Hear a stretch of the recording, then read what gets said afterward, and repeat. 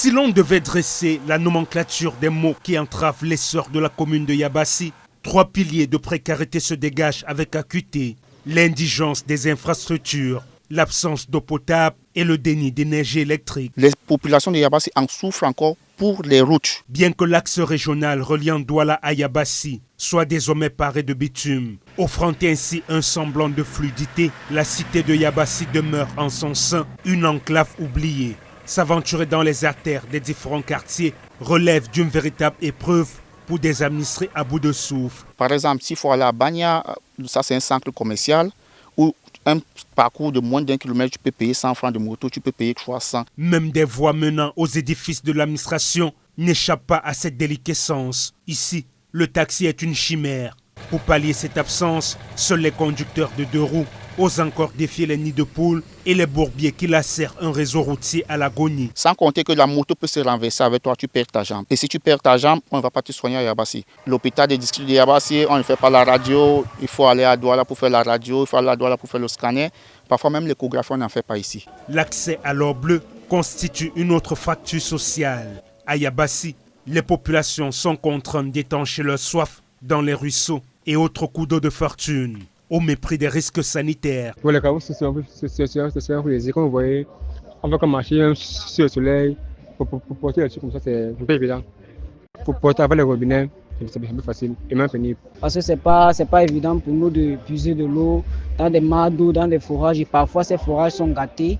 Du coup, c'est pénible pour nous. Et il reste à savoir si ces eaux sont potables. Quelques points de forage sont aménagés ça et là, mais une fois la moindre panne, c'est tout un secteur qui est paralysé. D'après ce que je connais forage. Bon, il y a deux au lycée, il y a un à la gendarmerie et l'autre de l'hôpital. C'est compliqué sur la mesure où la distance.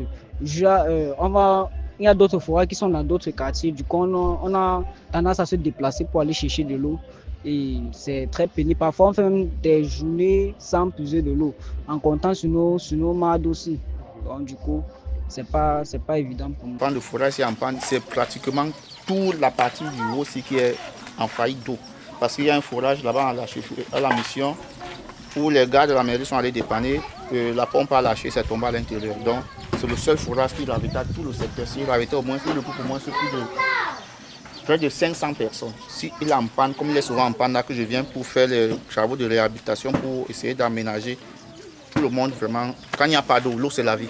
Quand il n'y a vraiment pas d'eau, tout le monde entier peut mourir. Alors que le réseau de captage de la Kamwata demeure au stade de mirage, la commune est pourtant bercée par des flottes d'Unkam. Cette rivière majestueuse qui donne son nom au département et traverse la localité comme un rappel constant de ce qui pourrait être. Ce qu'on a c'est que quand on ça, du moins le plus possible pour éviter ça au quotidien. Sur le front de l'électricité, le quotidien est rythmé par la récurrence des délestages. Il n'est pas rare que l'obscurité s'installe pour plusieurs jours, privant la cité du moindre éclairage. Si ça part aujourd'hui, on sait que le soir, ça peut revenir ou 2 jours après. Là où la route fait défaut, le développement stagne, dit-on. Privé d'accès fluide, la grande commune de Yabassi se voit dénuée de services essentiels. Ni boulangerie pour le pain quotidien, ni pharmacie pour les soins d'urgence. Pour la moindre commodité, les commerçants doivent s'approvisionner à des dizaines de kilomètres, notamment vers la commune de Loum. Tout un département du camp qui manque les boulangeries, ce n'est pas normal. Les gens sont obligés de faire le pain comme dans les traditions ou dans les villages où on fait dans les fours à bois en charbon. Un pain nous coûte ici 150 francs. Les gens sont obligés de revendre à 300 pour avoir moins un petit bénéfice. Parfois ça cale, parfois ça dort, ça fait 2 jours, 3 jours. Ça moisit, les gens ne peuvent plus en consommer. Il n'y a pas de pharmacie dans tout un département. Il n'y a aucune pharmacie viable et ravitailler ce département. Nous avons manque de banques. Des fonctionnaires qui vivent dans le département d'une CAM sont obligés de partir dans des villes, toucher de leur salaire. Parfois, vous voyez le week-end, tout le monde est obligé de sortir. La ville reste pratiquement vide. Yabassi souffre. Et dans ce marasme, la responsabilité de l'élite est ouvertement questionnée. Lors d'une récente tournée administrative, le sous-préfet d'un ton empreint de franchise n'a pas hésité à confronter les réalités locales devant les autorités traditionnelles. Les élites investissent faiblement dans leur propre localité.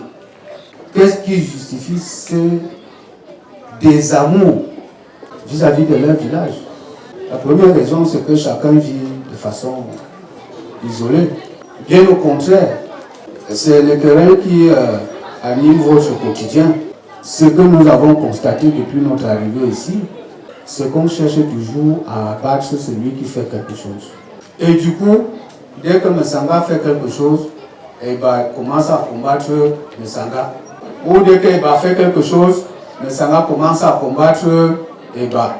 Moralité, vous voyez les immeubles abandonnés partout. Alors, depuis que vous combattez, moi je n'ai pas vu un gratte-ciel à Yabassi.